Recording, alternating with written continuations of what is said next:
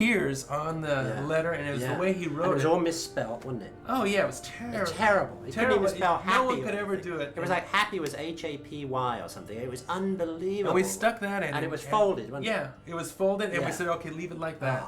Oh, and then we said, let people discover it. When they go through it, let these people have to deal. Let the filmmakers, for pushing us this far, let them have to deal with, is this real or not, or how they did it.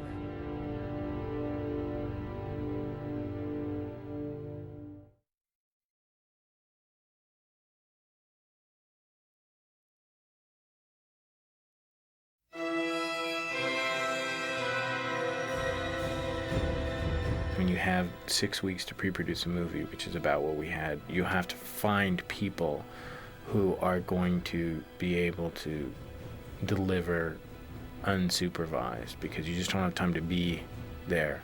Not that, I would have had much to add to the makeup effects in this movie, but we talked about the just the vibe of it, what it should feel like, I think I'd maybe seen one Nine Inch Nails video, so we were kind of exploring the same kind of territory as, what was happening in the early 90s. But this was really about hiring a guy who's undoubtedly just a major fucking genius and giving him as much money as you could possibly swindle out of Bob Shea and letting him go mad. And that's what he did. The actor who plays Sloth is a guy named Michael McKay. When we were casting, we were looking for somebody who was like 90 pounds. And he came in, I think he was like 96 pounds or something when he came in to talk about. And he, of course, his resume is like, he played the zombie in this, he played the skeleton in this other movie. And you wanted somebody who'd done that kind of stuff, because he's going to be in makeup for 10 hours before he shows up. And then he's got to be put into like a refrigerated van and like brought from the valley to downtown LA, and then taken up on a stretcher and dropped into the thing, and then remade up, and then we're ready to shoot him. But he came in, and I sort of flippantly said to him, I said, Mike, if you can lose 10 pounds, you got the job. And he lost weight. And when I showed up, there he was with all his makeup on and his teeth in and everything. And he goes, I lost 6 pounds. And I was like horrified that anybody would take me seriously, because I thought that he would see it as an obvious jest. But anyway, I think that whole section is really a tribute to Botine Productions.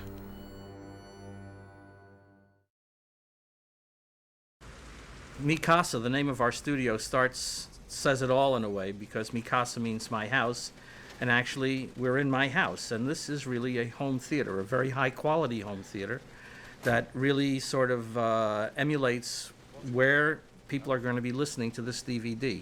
And what we do here basically is convert the theatrical soundtrack to a DVD soundtrack. Now with Se7en, New Line and David Fincher said, let's take this one step further. Let's back up before the step of the final mix for the theatrical print, and let's actually remix the movie for DVD and make the mix as best as it can be for the home theater platform. All the sound stages in movie theaters are set up to a curve called the X curve, which was sort of defined in the early 70s, and has quite a bit of a roll-off starting at about 2.5K. It starts to go away. One of our jobs here at Mi Casa is to re-equalize the film soundtrack or the stems themselves to compensate for this equalization. The way we went about it was we took the pre-existing stems, as they're called, of dialogue elements, ambience elements, effects elements, and music elements. Each one of those about 6 tracks wide. So we're looking at about 24 tracks of stems, and had them transferred from their analog masters to digital 24-bit 48K. Like they say, it's the sound of silence. When you hear something coming off the mag, an analog mag, print master, for example, you actually hear the sound of the medium. What the Cedar system does in the SATI digital audio workstation is we actually build a algorithm of the noise. We take a noise sample, and we build an algorithm of it, and then we apply it at 180 degrees if we were talking in the analog world, but we actually apply this algorithm. Noise snapshot, you might call it. Yeah, noise snapshot, and we apply it in reverse and actually only remove the noise and not the audio. It's a kind of a magical thing. It was interesting when we got into the mixing, and the second time that Wren and Fincher came back to take a listen to our mix, I mean, they sat with a piece of paper and a pencil and, made some notes on, okay, at this scene, bring the footsteps down, maybe a little more rain in the rears here. Left rear, right rear. Through the center. We have left, center, right, and subwoofer all discrete. That's the 5.1 That's platform. the 5.1 platform. And then it all of a sudden occurred to Wren Kleiss that, I never got to fix this little thing in the theatrical mix. Could we fix that? Of course we can. We're going through this again. Oh, and there's also this water droplet effect. Can we add Off that? a guy's hat. Sure, We can do that too. The guy's in the rain, and there's water on his hat, and he goes down like that, and you hear the water ploop. It's kind of a strange generic disc, but it has every format on it, so that basically it covers the entire territory and really allows the film to develop its full potential, no matter what format and what playback system you have at home. Dolby 5.1, DTS 5.1, the LTRT, which is the fold down of the 5.1, and the two 5.1 playbacks can be decoded into 6.1 using EX or ES decoding. Doing that, we went through and looked at the ambient stems and the effect stems and tried to find things that we could actually enhance by putting them into a center rear channel. For example, the flyby in the end of the helicopter, which now really moves. You feel it moving around the room. It comes off, it's off the right rear, through the center, over to the left rear, or is it left rear to right rear? I'm not sure. You guys find it in the movie. You guys find it in the movie. But there's some other scenes where there's effects of some, it sounds like butterfly flapping or scissors cutting, and they're flying all around your head. We went in and edited them and put them in the center rear channel and the left rear channel, right rear channel, and actually gave the more rain in the rear. Gave the center rear, not to be confused with the center front, but gave the center rear some information that was unique to itself, as opposed to just smearing the original stereo rear across the back. What exactly was the point of the telecine process we used for this was transferred on a Spirit data cine, which is a 2K telecine machine, so we can spit out high definition signal and high definition pictures. The color corrector we used was a Da Vinci 2K color corrector. The older transfer of Se7en employed the bleach bypass process, and you're able to see that because it holds up on the DVD in terms of the bit rate. The newer transfer employs the Spirit data cine and D5, which are high definition formats, and that quality is many times over better than trying to record the images in standard definition, and that relates to the contrast and the range and the sharpness and the resolution and the picture quality. The high definition 2K color corrector has the same kind of capabilities that the normal standard definition color correctors do, which is they have these things called power windows, which will allow us to isolate certain areas of the picture that we could brighten or darken. And we also have the ability to isolate color by hue, saturation, and luminance levels.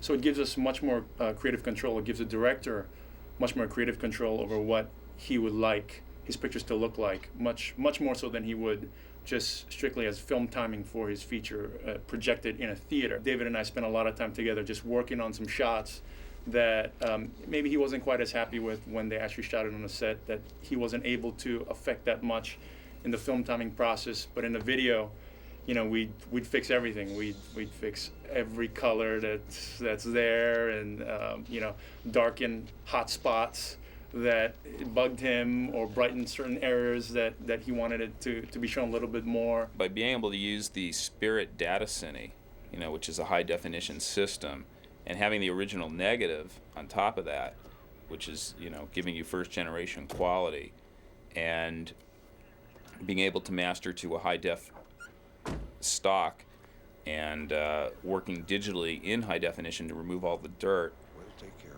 and then being able to use a very advanced system of the Panasonic down converter to convert to the standard definition D1 16:9 letterbox version.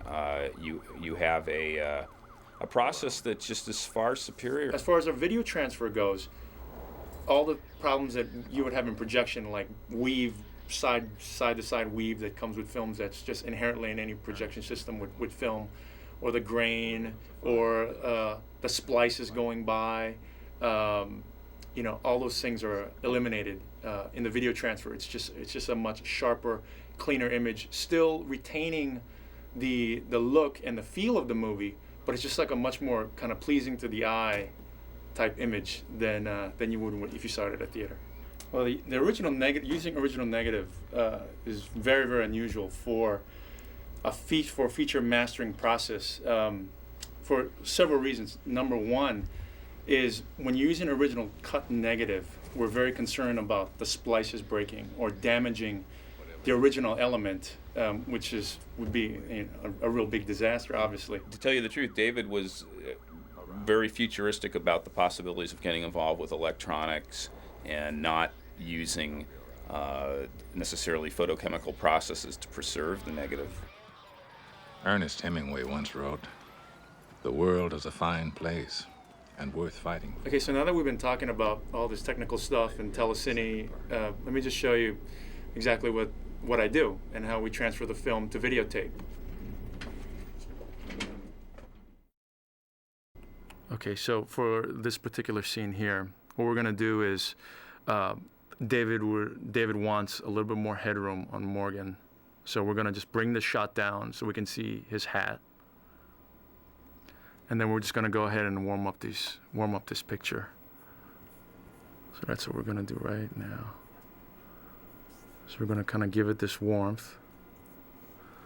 And I'm just gonna pull a little bit of color out of this whole image. So as I'm warming up, I'm gonna start desaturating. Try to get that sky grayish.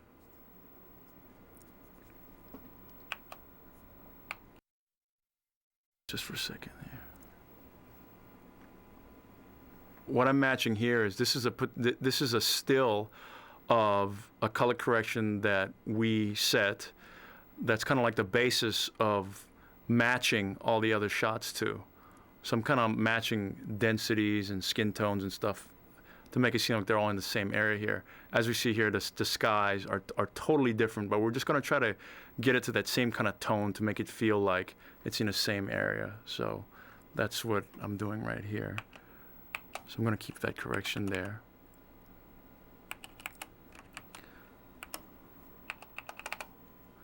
And here, Brad, the headroom is a little too low, so we're gonna go ahead and move him up.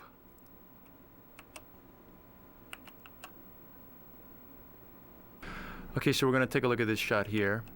As we see at the beginning, Morgan's head is kind of buried in the frame here, so we're gonna bring him down a little bit. I'm just gonna go ahead and reframe the shot. And there at the end of the shot, he just kind of, there's a lot of headroom there. So what I'm gonna basically do is put a correction in, which I'll do just in a second. I'm gonna go ahead and recolor this and make this warmer, which is what David wants this scene to look like. And we're gonna take out some color from it. So we're gonna desaturate this just a hair. Trying to make sure that we take the blueness out of the sky there. Give this warm late afternoon feel. So I'm gonna match this up from, and as we can see, the skies are slightly different, but we just kind of want to give it that same feel and just make sure it's not like a blue sky kind of day. So we're gonna go for that color there. And now what we're gonna do with the shot is right at the end where we see there's a lot of headroom there, we're gonna take some of that headroom out. We do this, I'm gonna put a dissolve in here. We'll do a slow transition. So when it finally hits that shot, we'll get the headroom back to some more decent level.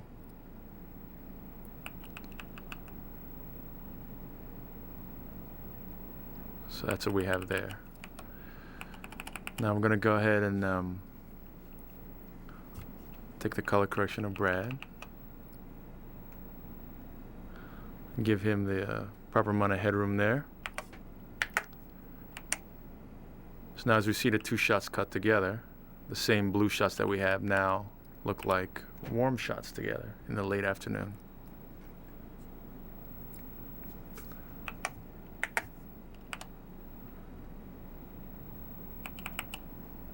Take the same correction here.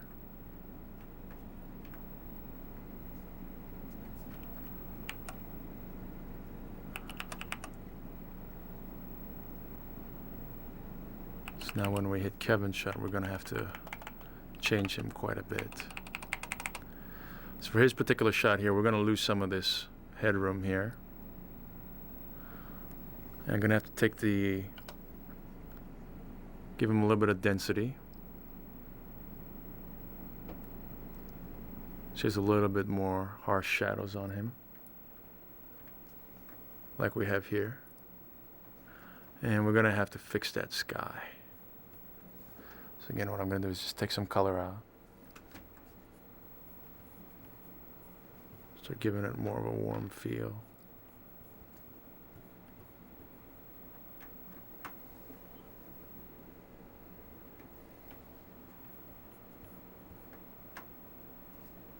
So again, the whole trick will be to kind of paint the sky so it gets really close. And then from there, because that'll be the hardest thing for us to color correct. And then from there, what we'll do is we'll start affecting the rest of his face and the skin tones.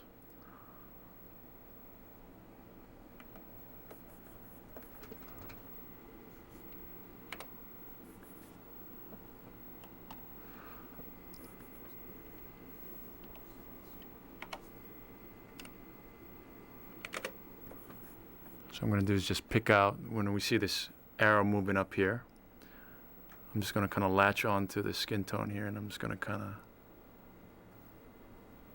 we can see how it just kind of latches onto that color. And I'm just going to kind of take him away from that pink thing that David doesn't like.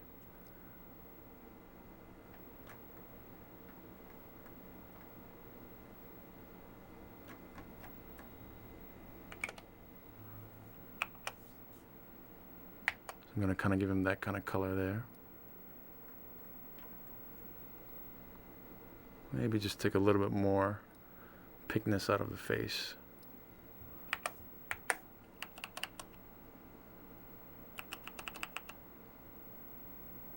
So we'll get to those shots there. It'll look like that.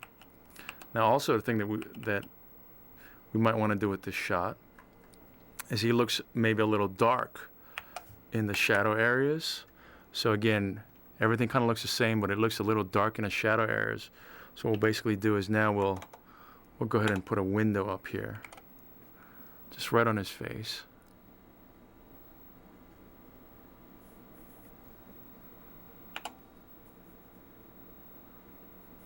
Just gonna kind of do something like this.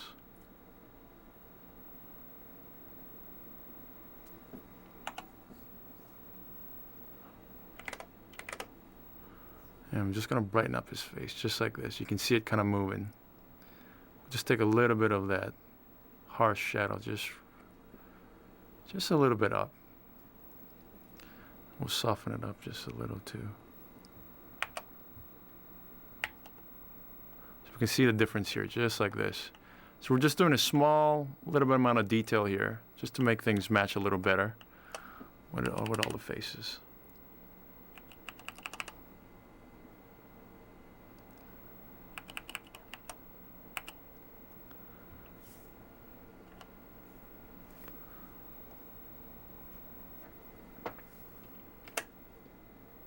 So here we're going to take, we're taking that last correction of Brad. And it just looks a little dark in the shadow, so we're going to go ahead and bring that down, bring that up. Give him just a little bit more headroom. When they have these handheld camera moves, sometimes it gets a little hairy for them, and the headroom gets a little tight. Sometimes it gets a little too much. So we'll go ahead and reframe that here in Telecine.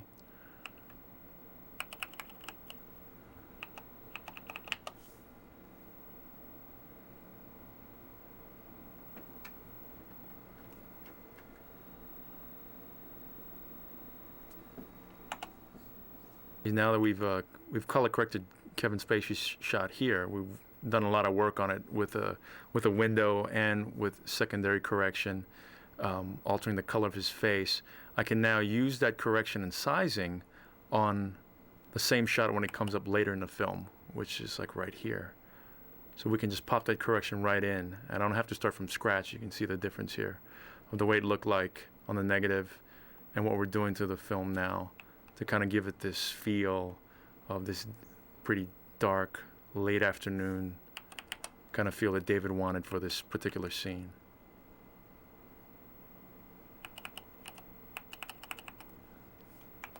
And again, when I see Morgan's shot, because it kind of looked like Kevin's, I'll pull up that same correction and I'll just kind of tweak it to make it look good from here. But I can use that as a starting basis for particular shots. So when I see shots that kind of look the same as other shots, I can kind of pull those same corrections up and get a good start, a head start on those shots to save some time.